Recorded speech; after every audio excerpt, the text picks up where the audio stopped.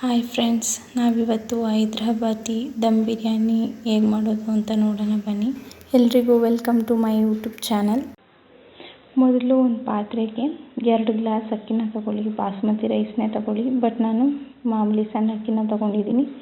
ನೀಟಾಗಿ ಅದನ್ನು ಕ್ಲೀನ್ ಮಾಡಿಕೊಂಡು ನೀರನ್ನ ಸೋರಿಟ್ಕೊಳ್ಳಿ. ನಂತರ ಒಂದು ಪಾತ್ರೆಗೆ ನೀರು ತಗೊಳ್ಳಿ. ಸ್ವಲ್ಪ ಅಕ್ಕಿ ಎಷ್ಟು ತೊಗೊಂಡಿದ್ರೋ ಅದು ಅಳತೆ ಡಬ್ಬಲ್ ತೊಗೊಂಡು ಪಲಾವ್ ಎಲೆ, ನೀರೊಳಗಡೆಗೆ 1-2 ಏಲಕ್ಕಿ, 2 ಇಂಚು ಚಕ್ಕೆ, 4-5 ಲವಂಗ ಮತ್ತು ತೊಳೆದಿಟ್ಕೊಂಡಿರುವಂಥ ಅಕ್ಕಿನ ಹಾಕ್ಕೊಳ್ಳಿ.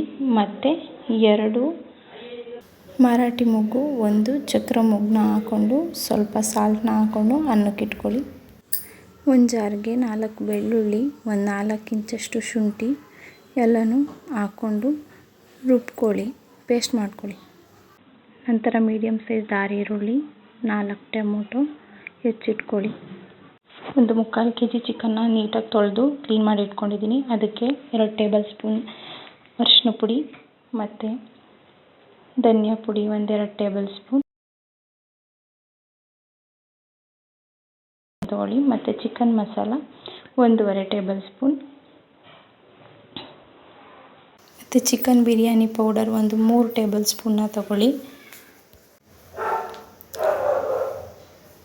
ನೆಕ್ಸ್ಟ್ ಅದಕ್ಕೆ ಚಿಲ್ಲಿ ಪೌಡರ್ 2 ಟೇಬಲ್ ಸ್ಪೂನ್ ತೊಗೊಳ್ಳಿ. ನಿಮಗೆ ಖಾರಕ್ಕೆ ಎಷ್ಟು ಬೇಕು ಅಷ್ಟನ್ನು ಹಾಕ್ಕೊಳ್ಳಿ. ನಾನು ಮತ್ತು ಖಾರ ಕಡಿಮೆ ಇರಲಿ ಅಂತ 2 ಟೇಬಲ್ ಸ್ಪೂನ್ ತೊಗೊಂಡಿದ್ದೀನಿ. ಗರಂ ಮಸಾಲ 1-2 ಟೇಬಲ್ ಸ್ಪೂನ್ ಮತ್ತು ಶುಂಠಿ ಬೆಳ್ಳುಳ್ಳಿ ಪೇಸ್ಟ್ 2-3 ಟೇಬಲ್ ಸ್ಪೂನ್ ಹಾಕ್ಕೊಳ್ಳಿ.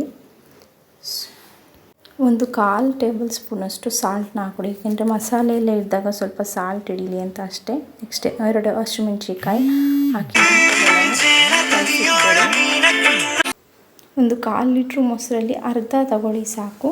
ನೀಟಾಗಿ ಮ್ಯಾಗ್ರಿನೇಟ್ ಆಗೋಕ್ಕೆ ಕಲಸು. ಒಂದು ½ an hour ಇಟ್ಕೊಳ್ಳಿ. ನೆಕ್ಸ್ಟ್ ಇವಾಗ ಒಂದು ಬಾಣಲಿಗೆ ಎಣ್ಣೆ ತೊಗೊಂಡು ಎಣ್ಣೆಲಿ ಈರುಳ್ಳಿ ನಾವು ಎಷ್ಟು ಕುಯ್ಕೊಂಡಿರ್ತೀವಿ ಅದರಲ್ಲೊಂದು 1/4 ಭಾಗ ಈರುಳ್ಳಿನ ನೀಟಾಗಿ ಫ್ರೈ ಮಾಡಿ.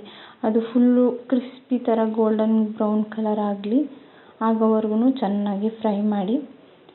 ಫ್ರೈ ಮಾಡೋದನ್ನು ಒಂದು ಪ್ಲೇಟ್ಗೆ ಎಣ್ಣೆಯಿಂದ ತೆಗೆದಿಟ್ಕೊಳ್ಳಿ.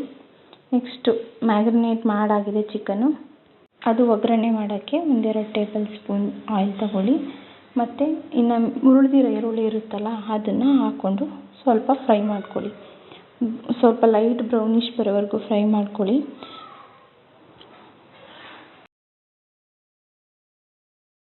ಲೈಟ್ ಬ್ರೌನಿಷ್ ಆಗಿದೆ. ಈಗ ಹೆಚ್ಚಿಟ್ಕೊಂಡಿರೋ ಟೊಮೊಟೊನ ಹಾಕ್ಕೊಳ್ಳಿ.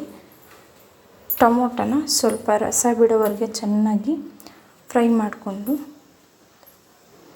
ನೆಕ್ಸ್ಟ್ ಅದಕ್ಕೆ ಮ್ಯಾಗ್ರಿನೇಟ್ ಮಾಡಿಟ್ಟಿರ್ತೀವಲ್ಲ ಚಿಕನ್ನು, ಅದನ್ನು ಹಾಕಿ ಅದ್ರ ಜೊತೆಲಿ ಚೆನ್ನಾಗಿ ಫ್ರೈ ಮಾಡಿ. ಚಿಕನ್ನೆಲ್ಲ ಚೆನ್ನಾಗಿ ನೀರು ಬಿಟ್ಟು ಅದು ಫುಲ್ಲು ನೀರೆಲ್ಲ ಡ್ರೈ ಆಗಬೇಕು.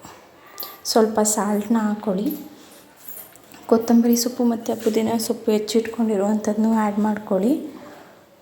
ಮತ್ತೆ ಹಸಿಮೆಣ್ಸಿಕಾಯಿ ಹಾಕೋ ಅವಶ್ಯಕತೆ ಇಲ್ಲ, ಯಾಕೆಂದರೆ ನಾವು ಆಗಲೇ ಮ್ಯಾಗ್ರಿನೇಟ್ ಮಾಡೋಕ್ಕೆ ಹಾಕಿರ್ತೀವಲ್ವ.